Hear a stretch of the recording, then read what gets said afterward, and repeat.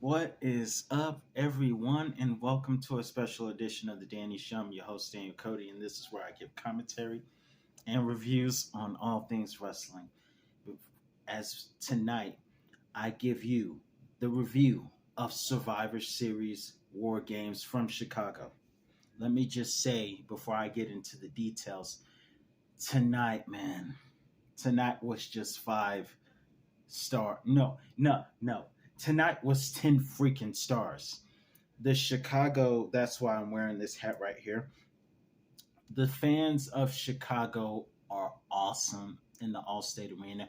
By the way, before I go any further, be sure to check out my short survey asking you, the fans, WrestleMania or SummerSlam in Chicago at Soldier Field. I have a short on that. Please be sure to check that out. But Chicago's fans tonight were freaking awesome. The show was 10 stars, in my personal opinion. We opened the show tonight with Team Damage Control, all of which wore masks with Kyrie and Asuka. And we also saw Bianca Belair with two ponytail whips tonight, which she used to take both EO and some of the other ladies to the woodshed. Of course, Becky and Charlotte got along well. We saw Asuka finally be the person to go with the tables after teasing them by giving them a bunch of black and blue kendo sticks. But then Asuka, even though she was heel, she gave the fans the tables. And the tables were put to use as Bailey was put through the table after the KOD with a manhandle slam, and Becky's team wins. And not only that, but during the match, we saw Charlotte Flair and Becky Lynch hug it out. It's starting to become a trend of hugging in war games. Last year we saw Sammy and Jay hug it out. This year we saw Charlotte and Becky hug it out. It was an amazing way. They say ladies first, and the ladies came out first and really killed it. It was awesome. We had The Miz going babyface, but still playing dirty versus Walter, aka Gunter. I knew Walter was going to win this match, but I didn't expect it to be as good as it was. The Miz actually had me believe for a second that he was about to be champion because just like on Raw, Miz went for the low blow twice this time and used the exposed turnbuckles before going for the skull crushing finale and almost winning the whole thing. But nonetheless, Walter came back on this episode of the Red Chest Diaries, and Walter, aka Gunter, would win the match and retain his IC championship. But The Miz was very competitive. And ironically, it was the Walls of Jericho like move that would get The Miz to tap out, which is ironic because The Miz would have tied Chris Jericho if he had won tonight, being a 9-time champion. But The Miz is still 8-time. Chris Jericho holds the best Intercontinental Championship record. The match between Dragon Lee and Santos Escobar didn't really disappoint me. I thought it was pretty good. We saw Dragon Lee do some high flying lucha libre like moves, which I thought was awesome. We saw Santos Escobar do a super hurricanrana from one of the top ropes. We saw Santos Escobar, being the heel that he is now, is trying to pull Dragon Lee's mask off, and the fans had a "forget you" chant, and that's just putting it PG. But the match in itself was pretty good to me.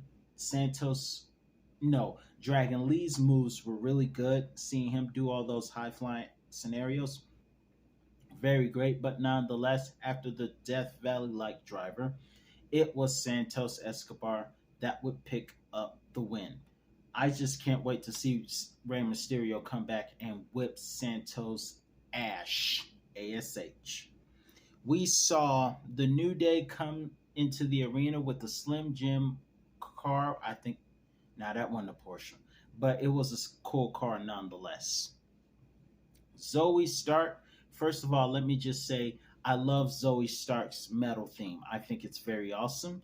And of course, we had Rhea Ripley, who looked like the Joker's sister a little bit. Rhea Ripley should play a character from the DC universe with that look. It would be awesome. Zoe Stark had some war paint of her own, and we saw Zoe do a little bit of high flying herself. And if I didn't know any better, I would think Zoe was related to Tony Stark. See what I did there? But nonetheless, it was a pretty physical match that ended with Mommy, as they like to call her, being on top with the Riptide in the strange little pinfall that everyone seems to love in an arousing form. But in any event, moving forward, Rhea wins tonight. Fans are really gravitating her to her, despite the fact that the Judgment Day are heels and they booed the Judgment Day and they boo Simp 19 Dom a lot louder. Fans are really gravitating towards Rhea Ripley, even though Rhea's heel. A lot of fans are really gravitating towards her. Now let's get into this men's war games.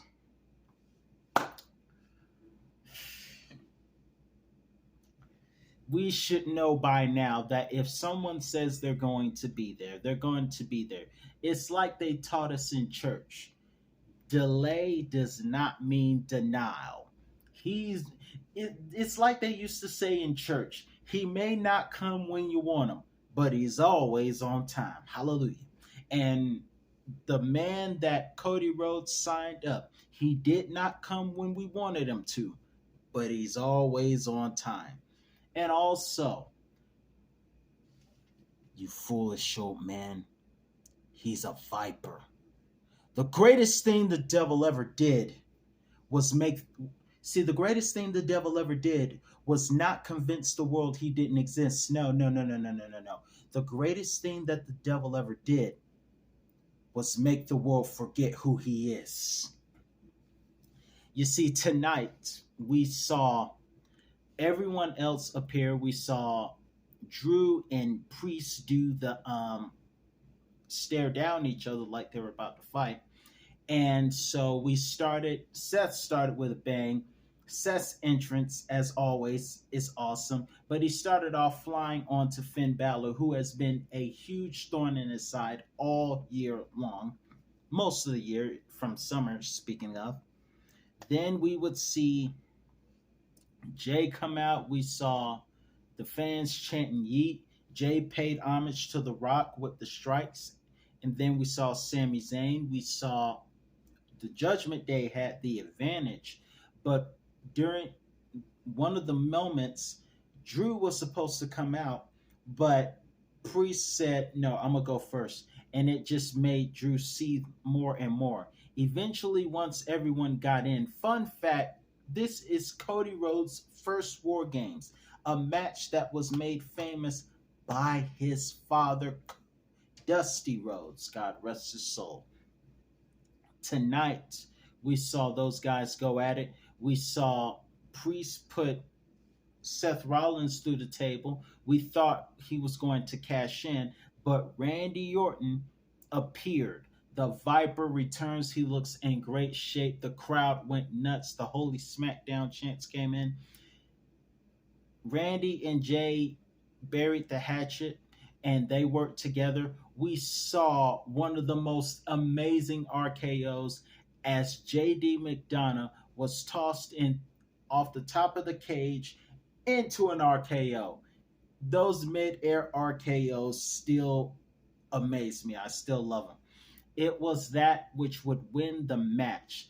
And just when we thought that was the end of the night, everyone standing tall, Cody greeting everyone and his legacy mentor, just when we thought the night was over, the best in the world, CM Punk, comes back, and Chicago, being the awesome crowd that it is, went absolutely nuts as he came back.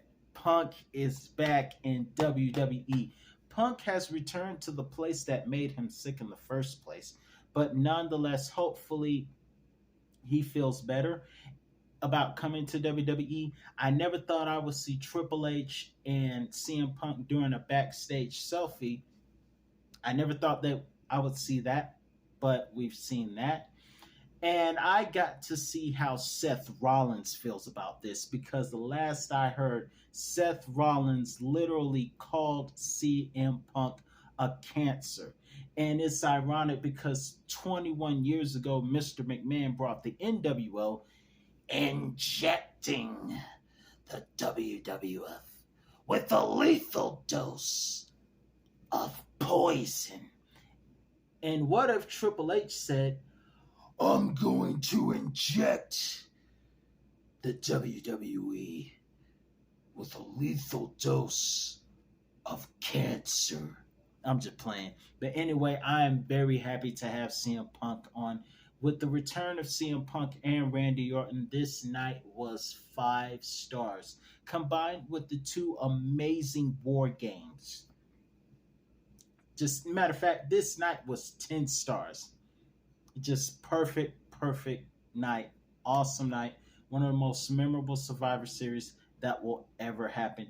And I just love those post pay-per-view returns. You had the post pay-per-view return of MJF last year, the post pay-per-view return at Extreme Rules last year of the late great Bray Wyatt, God rest his soul. And let me just say my thoughts and prayers are with Wyatt's family because no one should celebrate Christmas after burying a loved one. Remember that if you have trouble being thankful for anything this year, remember that there was a family member that was missing someone this year, in case you had a hard time being thankful this year.